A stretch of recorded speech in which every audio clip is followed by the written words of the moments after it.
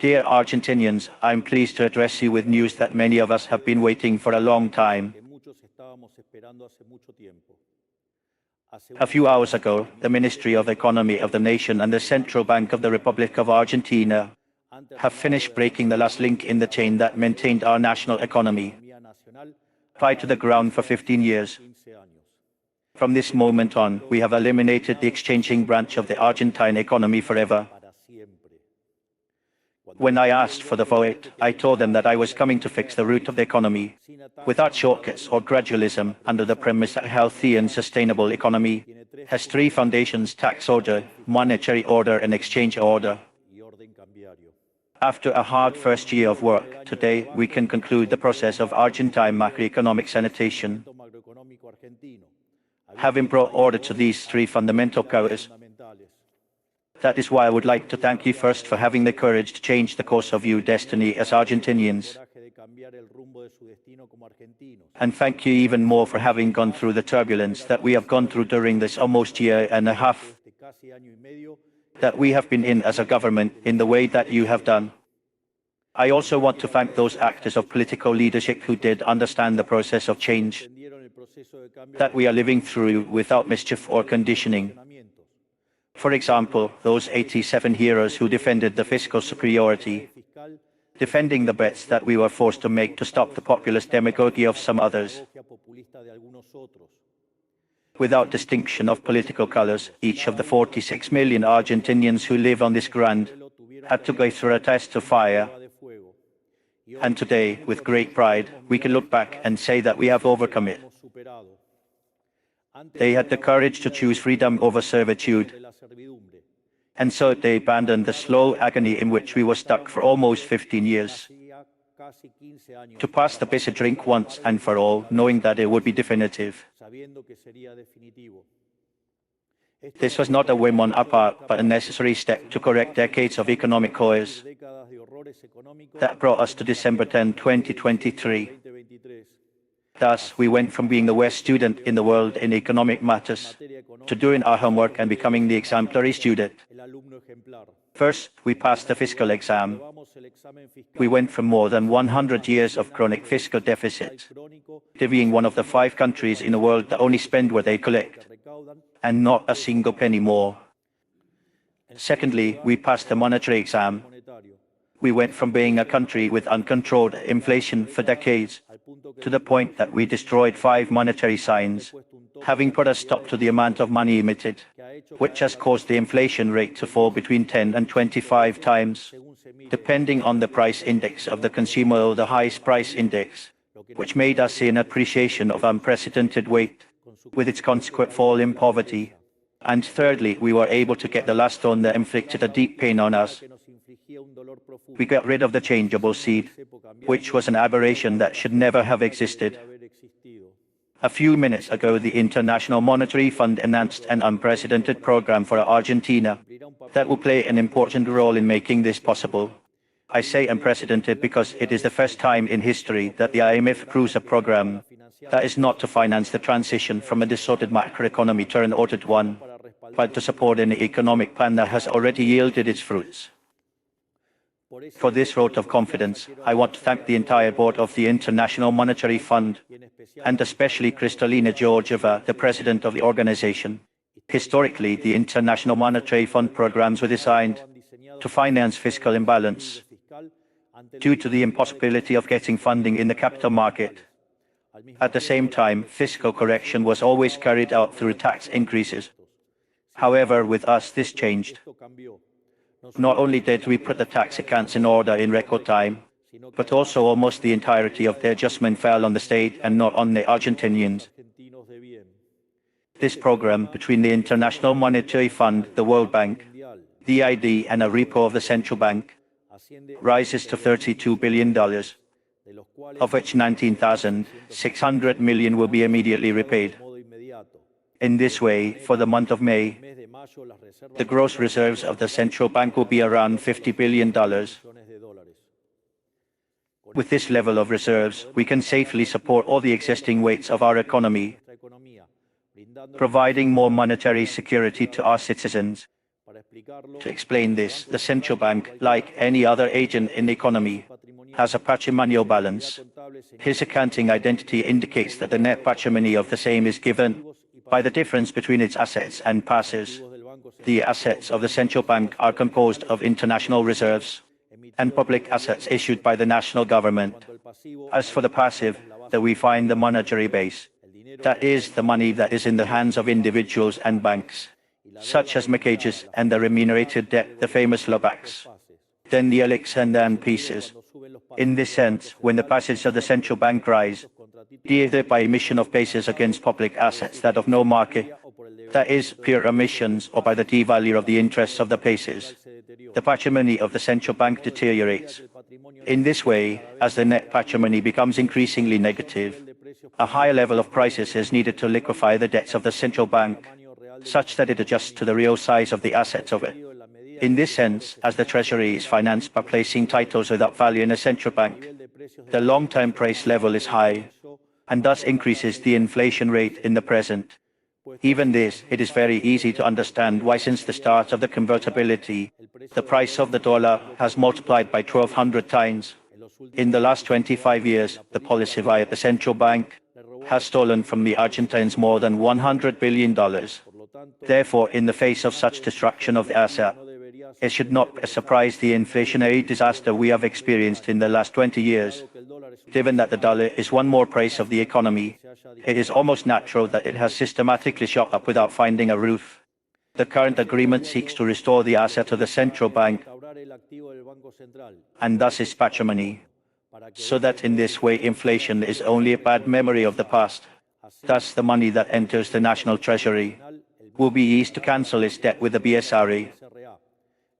In addition, given that these titles do not cost in parallel, the gross debt of the treasury will fall. In other words, in the coming days we will reach a level of gross reserves such that the monetary base could be rescued at exchange rate of 650 pesos, while if we take the definition of a wide monetary base, it could be done at 911 pesos. In fact, if we use the roof of the bank presented by Minister Capito, not only could the entire wide monetary base be rescued, but there would be about $15 billion left. Consequently, and taking up what I mentioned earlier, we're finally approving the exchange rate exam. We would have loved to eliminate the fastest exchange rate, but we have always told them that we would prefer to eliminate it well, and definitely by over-eliminating it quickly, and that this rush would mean that the measure was transitory, as it happened in the past. That was one of the many uncomfortable truths that we raised to society at the beginning of our mandate, and that they knew how to accept with determination and patience. It turned to be clear with something. Never in the last 120 years have we had a tax order, a monetary order and exchange order at the same time. Never. This is the first time. Therefore, to not say that you have already seen it, because this time is really different. Something was always missing. That is why every time we set out to do things right, we end up being short, and thus we end up hitting reality. The worst thing is that we got excited so many times that many Argentines became resigned and not get excited again. That is why today ends. Today we break the wheel of illusion and disenchantment, and we begin to walk forward. Because finally, for the first time in history, Argentina has a macroeconomics with all its signatures in order. This new tax, monetary and exchange reality, means two things for the country. On the one hand, that from now on there is no reason for Argentina to have self-inflicted turbulence. And secondly, that we are also in better conditions than ever to avoid external turbulence. Argentina has never been so well equipped in its economic foundations to resist tensions of the global economy. This does not make us impregnable. No country in the world is. But it means that in case something happens, we will absorb less damage than at any other time in our history, and we will recover at a faster speed. We must not underestimate this advantage with which others do not can, because today we are witnessing an important transition in how the global economy works. Not only in Argentina is history being rewritten, but also in the United States and in the rest of the world. They are tonic plaques that are moving rapidly after decades of stunners.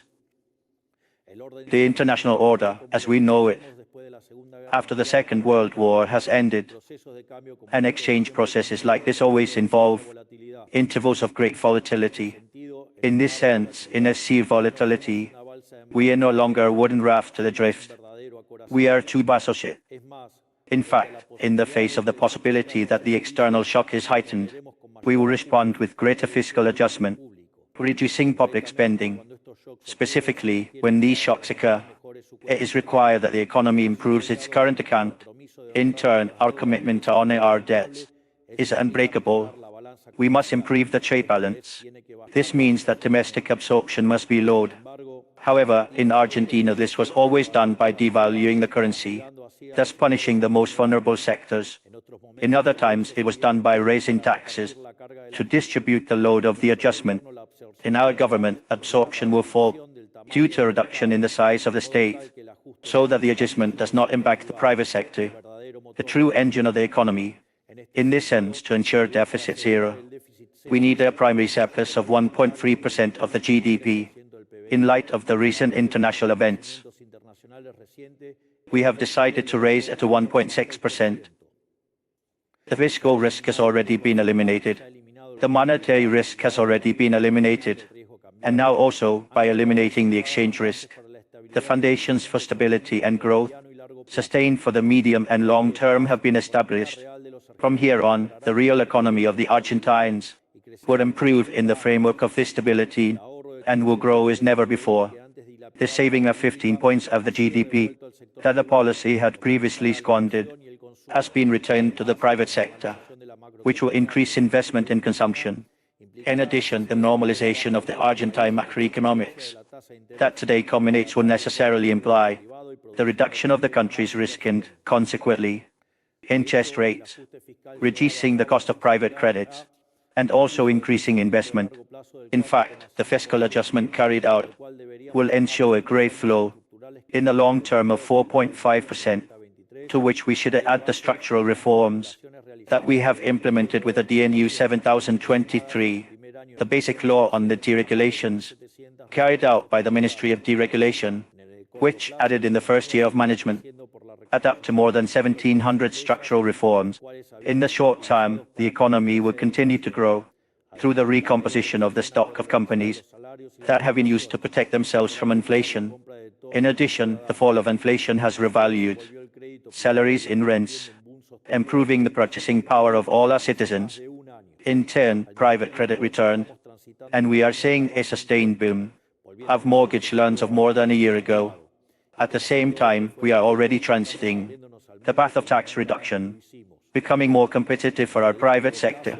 And as if all this were not enough, we are opening up to the world as we never did before. In the long time, we will grow even more, because our goal is to become the freest country in the world. For this, we will continue to reduce the total positive load, either due to the elimination of the inflationary tax or due to the reduction of direct taxes that we are facing at the hands of the tax superannuation. Finally, the normalization of the exchange markets that we are announcing today, which makes direct foreign investment possible. Even that one does not only invest where he knows that he will be able to have the result of his investment as he wishes. It will be a new engine of growth. During the last 15 years, politics has put an end to investment and opened the way for public spending and monetary emissions. We did the opposite. We put an end to the state, and we have opened the way for private investment, so that investments can finally reach Argentina. For all these reasons, the recovery that we have been seeing will accelerate in the months ahead and transform into sustained growth. In these conditions, Argentina will be the country with the greatest economic growth in the next 30 years. Instead of talking about growth at Chinese rate, soon the world will talk about the Argentine growth rates. And at this rate, after a few years, Argentina will be great again. This will not happen overnight. Nothing valuable in life works like that. But yes, little by little, and with the certainty that both, in the internal and external front, we have the duties to mitigate, as much as possible, any type of volatility in the medium term. Given the fundamentals of the program, inflation has no other destination than to collapse, because there will never be a peso emission without support again. Inflation will collapse indefinitely, despite attempts to generate instability from those who still want to stop the change. I say so because, as we have seen during the last few weeks, given the volatility and uncertainty generated by those who spread lies without any evidence, this month we have seen a disruption in the process of deflation. Unfortunately, these are the effects of the aberration of the Guzman Act, which forced us to go to Congress to ask for authorization to approve this agreement with the fund, one that does not happen in any country in the world. Bound by the necessary reserve of these agreements, we had to see hardening weeks. Politicians and economists generated panic and uncertainty in the population. However, beyond the short-term victories that they can obtain, inflation has no other destination than to disappear, because inflation is always and everywhere a monetary phenomenon that occurs due to an excess in the money supply, either because the supply increases or because the demand falls, or both things happen at the same time. As our program contemplates eliminating the peso emission without support forever, Argentine inflation sooner or later will disappear, except for the elderly. Argentinians have never seen something like this. All this means that, by clearing all the risk factors that technically complicated that the Argentinians could get ahead, we can start taking advantage, as a country, all the virtues and comparative advantages that we do have, all our talent, all our resources, all the capacity of cooperation. The effort and ambition of the Argentinians will now find the cause of progress, and it will no longer collide with the political obstacles. We have a diversity of ecosystems envied by practically any nation in the world. Each of these biomes represents different potential opportunities, from the cultivation of soybeans in the plains to the extraction of oil, tourism in the lakes, or mining in the mountains. We have hundreds of thousands of Argentinians distributed around the world who bear witness to Argentinian talent, occupying hierarchical positions of leading companies in the Middle East or in Europe, eager to rebuild the country that saw them born and to see their children grow in their native land. We have human capital at the first level here too. Human capital managed to become competitive globally, heavy monthly inflations that other countries did not have in decades. The same human capital that managed to overcome one of the highest tax pressures in the world. We Argentinians learned to bring water up to the rocks, and with all the macroeconomic factors against us, for some reason we are the country with the most technological unicorns per capita in the region, even with the least investment. Imagine how the wind can do us a favor.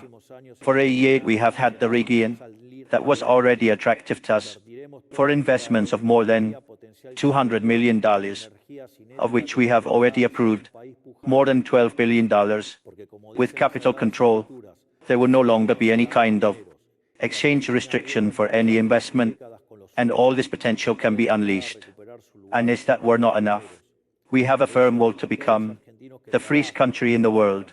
The only conclusion that can be drawn from all this is that in the coming years, Argentina will be moving forward. We will turn all our potential energy contained into kinetic energy that will lead us to become a thriving country. Because as the sacred scriptures say, the last ones will be the first ones, and Argentina, after marching for decades with the last ones, is destined to regain its place among the first ones. That is why the Argentines who work, who save, to those who are employees against the highway, to those who have a business, to those who risk capital and invest, and also to those who observe from outside. If it makes sense to bet on Argentina, I want to tell them to see all management as an ally, as a true opportunity. If the private sector is the chain That takes us to a better future. Our function is to be the ones. We remove the obstacles in the way, eliminating our regulations, taxes and tariffs that hinder work, investment, and innovation. This train of progress is already in motion. I even encourage myself to say that it is unstoppable, for we do not want it to be a journey for a few. Its doors are and will remain open, and our ambition is that no Argentine stays outside.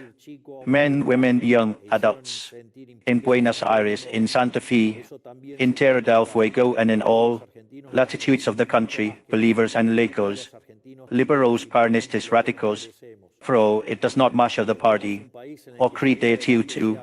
It does not matter who they voted for. It does not matter if they have conspired for this government to fail. If the country grows, it will be better for all of us. It will be better for those who like our government, and for those who do not. It will also be better for them. For too long, Argentina was unjustly punished for a long list of wrong decisions by a long list of politicians. They made a big country feel small, and they made a noble people feel powerless. That will also end. All Argentines deserve much more than that, and all Argentines will finally have what we deserve. We will have a country in which getting ahead is easy for the one who does things well. We will have a country in which, with effort, with work or with talent, each one will be able to pursue their life project. And Nace Golden Era will begin for all those who want to prosper on Argentine soil, which is deserved in the global economy as an example of freedom and prosperity. Everyone has my unbreakable promise that we will not rest a second until we achieve it. Have the tranquility that everything goes according to plan. This is the future of Argentina. This is the future of the Argentines. And this is the message that I wanted to bring to all of you today. May God bless the Argentines, and may the forces of heaven be with us. Thank you.